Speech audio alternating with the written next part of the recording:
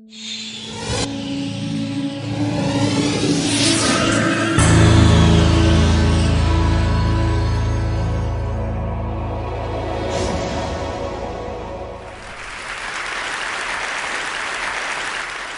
I'm going to talk about the simple truth in leadership in the 21st century. In the 21st century, we need to actually look at, and what I'm going to actually encourage you to consider today, is to go back to our school days when we learned how to count. But I actually think it's time for us to think about what we count. Because what we actually count truly counts. Let me start by telling you a little story. This is Van Quash. She came to this country in 1986 from Vietnam. She changed her name to Vivian because she wanted to fit in here in America. Her first job was in an inner-city motel in San Francisco as a maid. I actually happened to buy that motel about 3 months after Vivian started working there. So Vivian and I have actually been working together for 23 years. With the youthful idealism of a 26-year-old, in 1987, I started my company and I called it Joie de Vivre, a very impractical name, and because I actually was looking to create joy of life. And this first hotel that I bought, motel, was a pay-by-the-hour, no-tell motel in the inner city of San Francisco. As I spent time with Vivian, I saw that she had sort of a joie de vivre in how she did her work. It made me question and be curious, how could someone actually find joy in actually cleaning toilets for a living? So I spent time with Vivian, and I saw that she didn't find joy in cleaning toilets. Her job, her goal, and her calling was not to become the world's greatest toilet scrubber. What counts for Vivian was the emotional connection she created with her fellow employees and our guests. And what gave her inspiration and meaning was the fact that actually she was taking care of people who were far away from home because Vivian knew what it was like to be far away from home. That very human lesson, more than 20 years ago, served me well during the last economic downturn we had. In the wake of the dot-com crash and 9/11, San Francisco Bay Area hotels went through the largest percentage revenue drop in the history of American hotels. We were the largest operator of hotels in the Bay Area, so we were particularly vulnerable. But also, back then, remember, we stopped eating French fries in this country. Well, not exactly, of course not. We actually started eating freedom fries. And we actually started boycotting anything that was French. Well, my name of my company, Joie de Vivre. So I started getting these letters from places like Alabama and Orange County saying to me that they were going to boycott my company because they thought we were a French company. And I'd write them back and I'd say, wait a minute, we're not French. We're an American company. We're based in San Francisco. And I'd get a terse response, oh, that's worse. So one particular day, when I was feeling a little depressed and not a lot of joie de vivre, I ended up in the local bookstore around the corner from our offices. And I initially ended up in the business section of the bookstore looking for a business solution.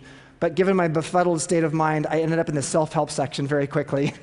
And that's where I got reacquainted with Abraham Maslow's hierarchy of needs.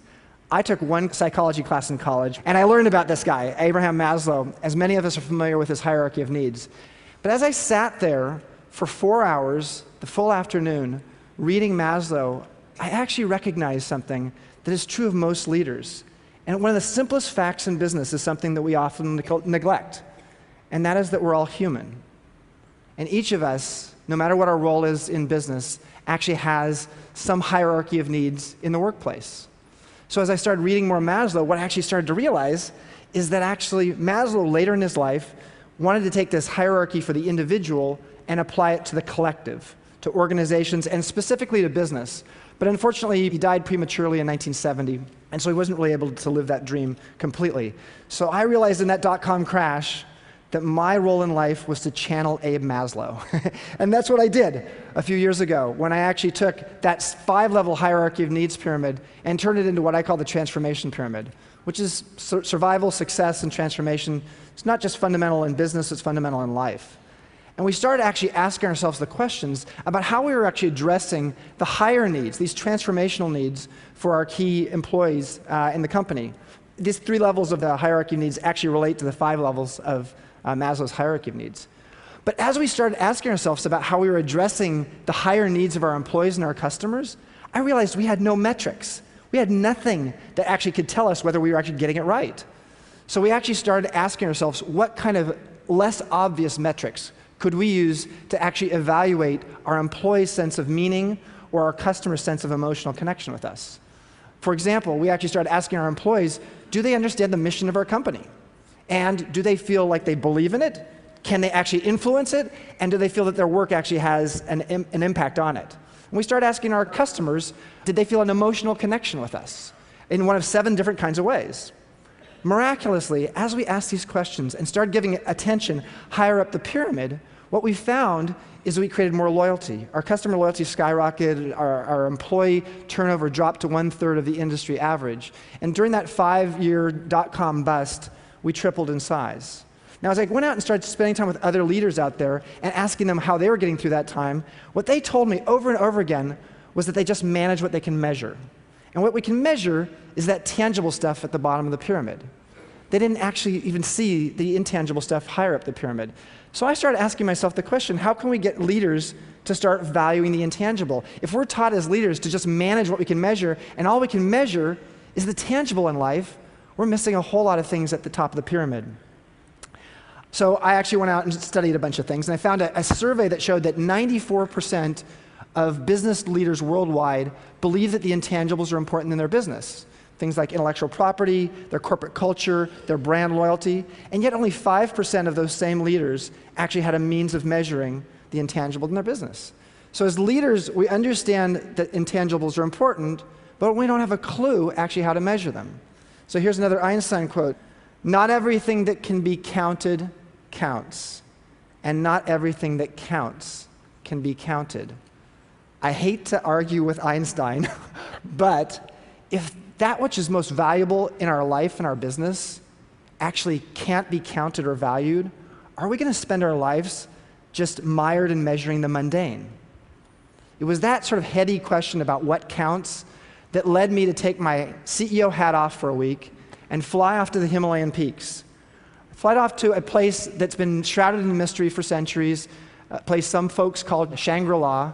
It's actually moved from the survival base of the pyramid to becoming a transformation role model for the world. I went to Bhutan. The teenage king of Bhutan was also a curious man, but this was back in 1972, when he ascended to the throne 2 days after his father passed away. At age 17, he started asking the kind of questions that you'd expect of someone with a beginner's mind. On a trip through India, early in his reign as king, he actually was asked by an Indian journalist about the Bhutanese GDP, the size of the Bhutanese GDP. And the king responded in a fashion that actually has transformed us 4 decades later. He said the following. He said, "Why are we so obsessed and focused with gross domestic product? Why don't we care more about gross national happiness?" Now, in essence, the king was asking us to consider an alternative definition of success, what has come to be known as GNH, or gross national happiness. Most world leaders didn't take notice, and those that did thought this was just Buddhist economics. But the king was serious, and this was a notable moment, because this was the first time a world leader in almost 200 years had suggested that intangible of happiness. Again, that leader 200 years ago, Thomas Jefferson, with the Declaration of Independence, 200 years later, this king was suggesting that intangible of happiness is something we should measure, and it's something that we should actually value as government officials. For the next 3 decades, next three dozen years as king, this king actually started measuring and managing around happiness in Bhutan, and including just recently taking his country from being an absolute monarchy to a constitutional monarchy with no bloodshed, no coup. And Bhutan, for those of you who don't know it, is the newest democracy in the world just 2 years ago. So as I spent time with leaders in the GNH movement, I got to actually really understand what they were doing, and I got to spend some time with the Prime Minister. Over dinner, I asked him an impertinent question. I asked him, how can you create and measure something which evaporates? In other words, happiness. And he's a very wise man, and he said, listen, Bhutan's goal is not to create happiness. We create the conditions for happiness to occur. In other words, we create a habitat of happiness. Wow, that's interesting. And he said that they have a science behind that art, and they've actually created 4 essential pillars, 9 key indicators, and 72 different metrics that actually help them to actually measure their GNH. In fact, one of those key indicators is how do the Bhutanese feel about how they spend their time each day? It's a good question. How do you feel about how you spend your time each day? Time is one of the scarcest resources in the modern world, and yet, of course, that little intangible piece of data doesn't factor into our GDP calculations. So as I spent my week up in the Himalayas, actually I started to imagine what I call an emotional equation. And it focuses on something I read long ago from a guy named Rabbi Hyman Schachtel. How many know him? Anybody? 1954, he wrote a book called The Real Enjoyment of Living. And he suggested that happiness is not about having what you want. Instead, it's about wanting what you have. Or in other words, I think the Bhutanese believe happiness equals wanting what you have, imagine gratitude, divided by having what you want, gratification. The Bhutanese aren't on some aspirational treadmill, constantly focused on what they don't have. Their religion, their isolation, their deep respect for their culture, and now the principles of their G&H movement all have actually fostered a sense of gratitude about what they do have. How many of us here as TEDsters in the audience spend more of our time in the bottom half of this equation, in the denominator? We are a bottom-heavy culture in more ways than one. The reality is, in Western countries, quite often we do focus on the pursuit of happiness, as if happiness is something that we have to go out, an object that we're supposed to get, or maybe many objects. Actually, in fact, if you look in the dictionary, many dictionaries define pursuit as to chase with hostility. Do we pursue happiness with hostility? Good question. But back to Bhutan. Bhutan's actually bordered on its north and south by 38% of the world's population. Could this little country, like a startup in a mature industry, be the spark plug that actually influences a 21st century of middle class in China and India? Bhutan's actually created the ultimate export, a new global currency of well-being. And there are 40 countries around the world today that are actually studying their own G&H. You may have heard this last fall, Nicolas Sarkozy in France announcing the results of an 18-month study by 2 Nobel economists focusing on happiness and wellness in France. Sarkozy suggested that world leaders should stop myopically focusing on GDP and consider a new index, what some of French are calling a joie de vivre index. I like it. Co-branding opportunities. And just 3 days ago here at TED, we actually had a simulcast of David Cameron, potentially the next Prime Minister of the UK, actually quoting one of my favorite speeches of all time, Robert Kennedy's poetic speech from 1968, when he suggested that we're myopically focused on the wrong thing and that GDP is a misplaced metric. So it suggests that the momentum is shifting. I've taken that Robert Kennedy quote and I've actually turned it into a new balance sheet for just a moment here. This is actually a collection of things that Robert Kennedy said in that quote. GDP counts everything from air pollution to the destruction of our redwoods, but it actually doesn't count the health of our children or the integrity of our public officials. As you look at these 2 columns here, doesn't it make you feel like it's time for us to actually start figuring out a new way to count, a new way to actually imagine what's important to us in life? Certainly, Robert Kennedy suggested at the end of his speech exactly that. He said, GDP measures everything in short except that which makes life worthwhile. Wow. So how do we do that? Well, let me say one thing we could just start doing 10 years from now, at least in this country.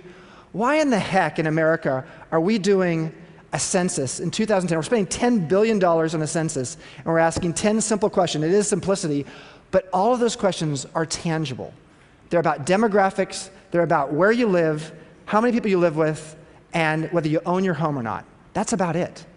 We're not asking meaningful metrics. We're not asking important questions. We're not asking anything that's intangible. Abe Maslow said long ago something you've heard before, but you didn't realize it was him. He said, if the only tool you have is a hammer, everything starts to look like a nail. We've been fooled by our tool.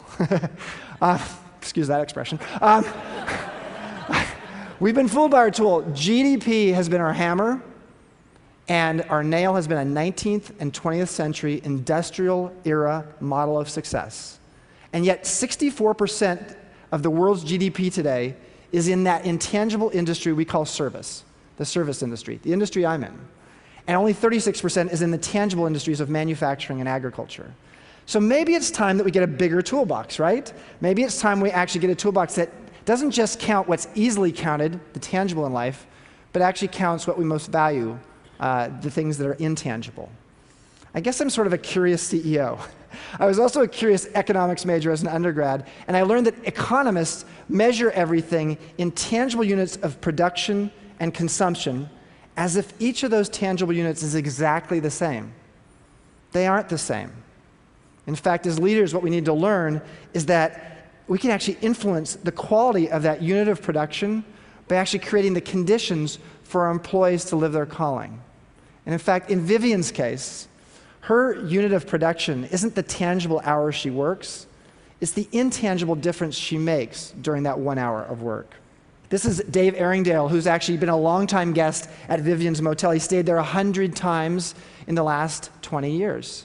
And he's loyal to the property because of the relationship that Vivian and her fellow employees have created with him. They've created a habitat of happiness for Dave. And he tells me that he can always count on Vivian and his staff and the staff there to make him feel at home. Why is it that business leaders and investors quite often don't see the connection between creating the intangible of employee happiness with creating the tangible of financial profits in their business? We don't have to choose between inspired employees and sizable profits. We can have both. And in fact, inspired employees quite often help make sizable profits, right?